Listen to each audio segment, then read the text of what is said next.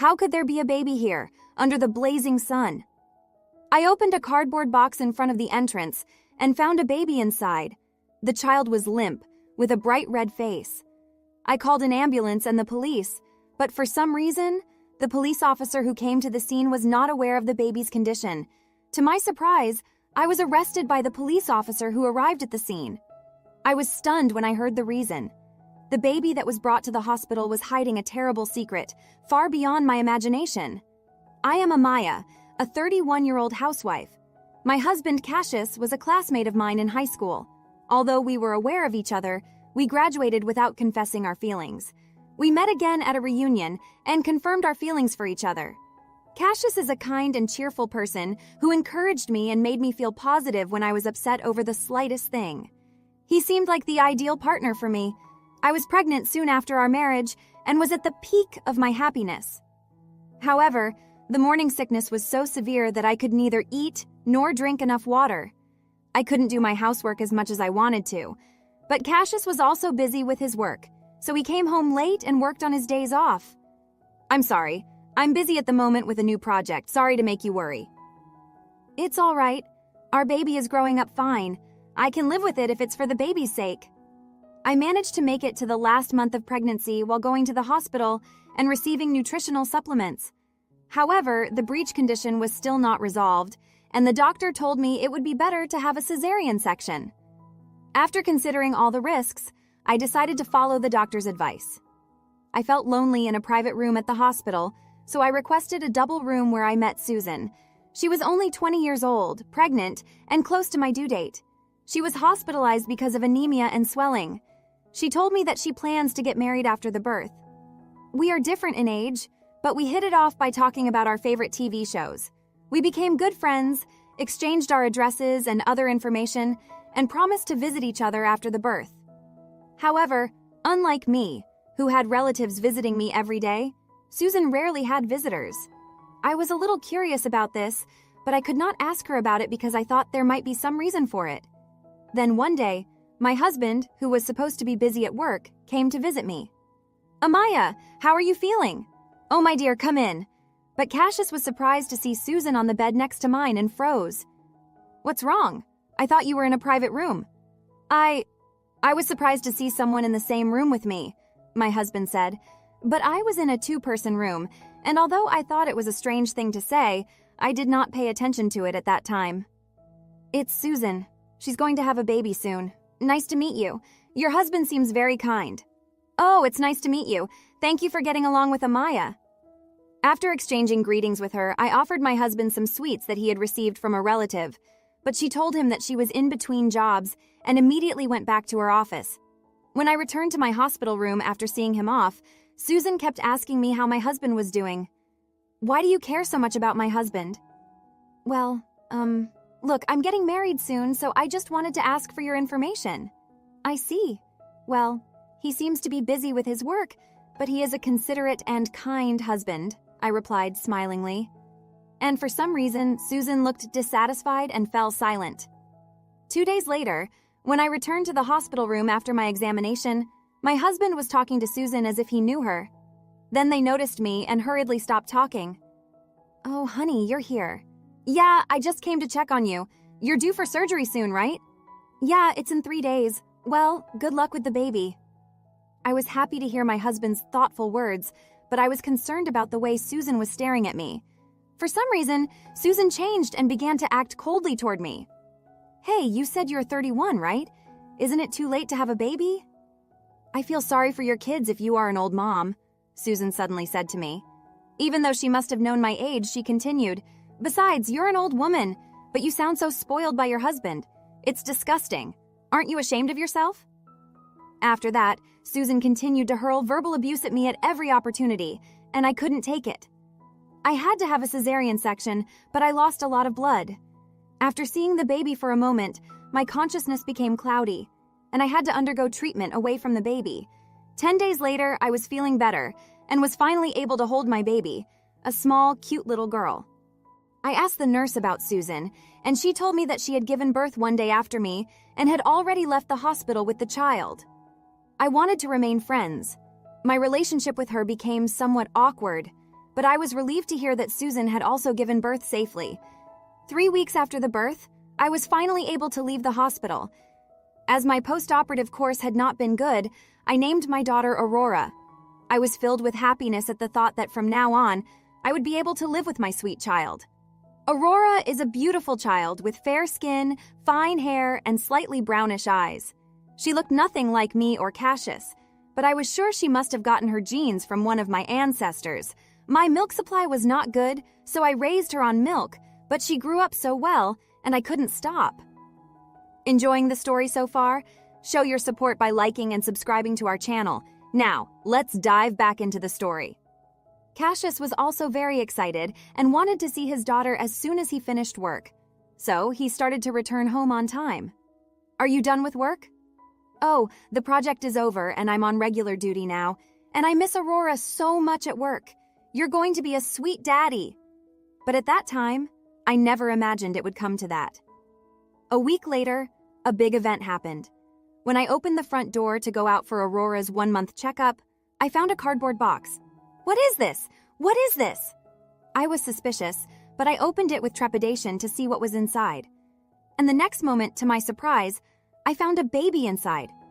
I don't know how long it had been in there, under the blazing sun in the middle of summer, but the baby was lying there with a bright red face. I immediately called an ambulance and the police. I canceled the 1-month checkup and stayed with Aurora while I attended to the baby. I could not leave the child alone, even though the baby was a stranger to me. Just to be safe, I told my husband about the situation and informed him that I would accompany me to the hospital. What? A baby was placed in front of our house? Yes, under the blazing sun? How old is that baby?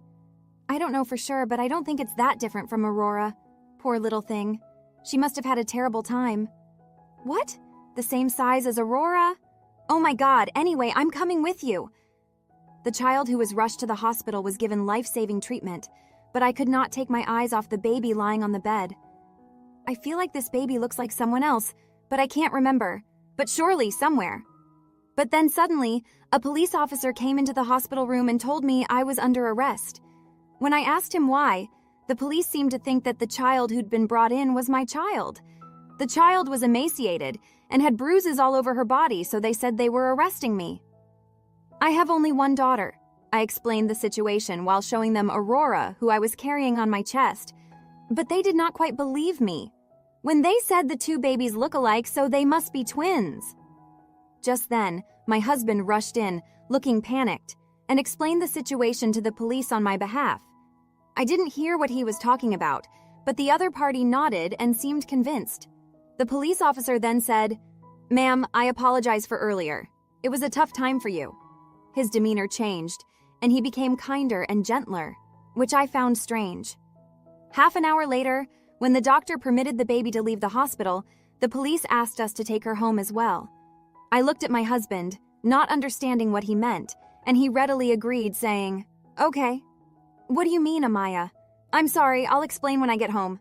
My husband's eyes were swimming. He did not look at me, and sweat was pouring out of his forehead. There was no doubt that he had something to be guilty about. I couldn't believe my ears when I got home and heard my husband's story. To my surprise, Susan, who was my roommate at the hospital, was my husband's unfaithful partner.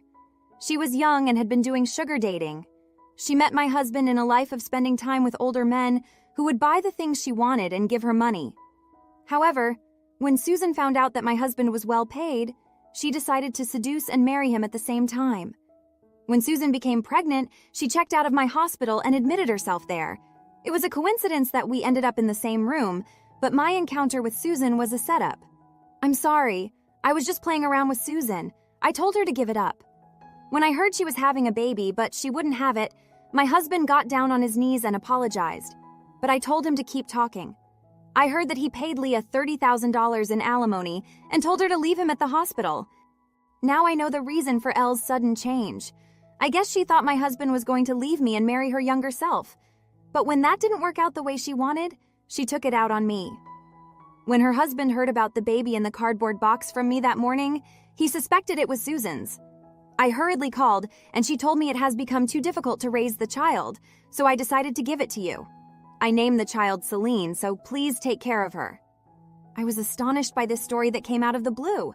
I was disgusted with her for leaving the child on our doorstep, but I was disgusted with my husband's human nature for getting his affair partner pregnant and then trying to settle it with a payout. After the last month of pregnancy, I wondered at this point if she was hiding an even more unbelievable fact. If this idea is true, then what a horrible woman Susan is. But it is her husband who has made her that way. I looked at my husband, who was on his knees trembling with anger that was welling up inside me. You know you wouldn't want to raise Susan's child either, would you? Do you want me to put her in an institution? I don't even recognize her, so I don't even... What didn't you tell the truth to the police? That won't matter. I regretted so much that I had married such a shallow and stupid man, but there was no taking back what I had. I had to think about what I was going to do. However, at this time, I had already made up my mind. After comparing Aurora and Minerva in my heart, I decided to talk to Susan to get closure and called her. I knew her phone number because we had exchanged information when we became friends in the hospital room. Susan, I'm leaving my husband. Then can I marry him? You and Cassius will have to talk about it and decide. I'm coming over there right now. I asked my parents, who lived nearby, to come over immediately and watch the two babies. My parents wondered why there was another baby with Aurora, but when they saw the look of impatience on my face, they cooperated without asking any questions. After about 30 minutes, Susan arrived, and my husband, her, and I had a face-to-face talk. My husband's face was tense, and his face was tense, while Susan's face was full of smile, and I must have looked like an ogre. So why did you decide to replace the baby, Elle? My husband looked shocked at my words, his eyes wide open like saucers, and his mouth moving like a goldfish. Amaya, what are you talking about? Susan grinned at my husband, who was intensely confused by the fact that he had just been informed of this for the first time. How did you know? No, yes, Aurora was not my child, but Susan's child. The Celine in the cardboard box was the child I had given birth to. I had no idea what was going on, and I loved Aurora as my child. But to be honest, I also felt a sense of discomfort after the birth. In a moment of surprise, I saw the child I had given birth to, but she had dark hair. Aurora, however, had fine hair with a slight brownish tinge. I thought it was my illusion, but I could not shake off the nostalgia I felt when I first saw Celine. I was very much like Celine with her thick dark hair, slightly dark skin, and big tail-like eyes. Nothing things I would. And this is the child I gave birth to. I have no doubt. When I held my Celine, I was sure of it. But I could not understand why Susan had switched the child. It's because I can't help what I've been exposed to. Susan's story was selfish and appalling. Susan had planned to marry Cassius, but at the hospital he told her to leave him and gave her $30,000 as a parting gift. Compared to her unhappy self, she felt jealous of me, who was loved by her husband and relatives and gave birth to a blessed child. She also said that she could not stand the unfairness of comparing my child, who would be born without any inconvenience, with her child, who would have no father and would have a difficult life ahead of him. She was using the cutoff money she received. She recruited the nurse into her ranks and replaced the baby. She thought she had succeeded because I had been in a coma since birth. However, not only did Susan not find other people's children cute, but my daughter Minerva cried so much at night that she was sick of raising her, so she returned her in a cardboard box. I was stunned by this story. I was speechless with amazement that someone could do such a reprehensible thing, to treat our precious children as if they were objects. At that moment, Cassius, who had been listening to our conversation with his eyes black and white, finally opened his mouth. I had no idea Susan is such a horrible woman, Amaya, please. You're the only one I love. Don't tell me you're leaving me. My husband seemed to care more about himself than the fact that their child had been replaced. He got down on his knees to ask me not to leave him because he had no intention of marrying Susan. Seeing this, Susan's eyes bled, and she turned the tables on him. What? That's not what I'm talking about. Cassius is going to marry me, right? I never once said I was going to marry you. I told you I didn't want a baby with you, but you gave birth to it on your own. Enough. You are both awful. It's truly appalling that you have no regard for the children who have suffered so terribly. So, yes, let's give Aurora to Susan and raise our Celine together. He is the worst kind of man in every way, and he doesn't even realize that he is the husband who is the source of all this. Then Susan grabbed Cassius. I'll never let you go.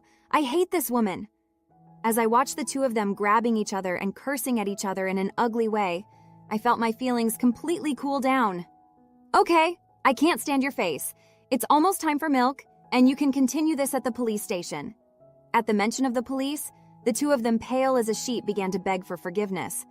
Police, I'm sorry, I'll apologize. Please don't do it. Amaya, let's talk about it. I keep apologizing, don't I? I'll never cheat on you again. It's too late. I never want to see your face again or go and reflect on how you have caused the children suffering. Then the police arrived. The parents who were listening to the conversation in the next room had reported the incident. Susan was arrested and my husband was taken away for questioning. I was left with my two children and returned to my parents' home. Susan and the nurse who helped her were later caught and convicted by the police and sent to prison. I consulted a lawyer and demanded $20,000 in alimony and $50,000 in child support from Susan. I divorced my husband and decided to raise both Aurora and Minerva as my children. I demanded $30,000 in alimony and $200,000 in child support for the two children from my husband. My husband was afraid of being sued by me, so he used all of his savings to pay the bills and borrowed from a shady consumer finance company to cover the shortfall. As a result, I heard that he is living a shabby life in a shabby apartment with huge debt. The process of making both children my children was complicated, but it went without a hitch, and now they are both growing up together. Both Aurora and Minerva are my precious children. My parents understand my feelings and love them both equally, so I started looking for a job to work when they turned 1. It may be hard work, but I will do my best for the sake of my lovely children.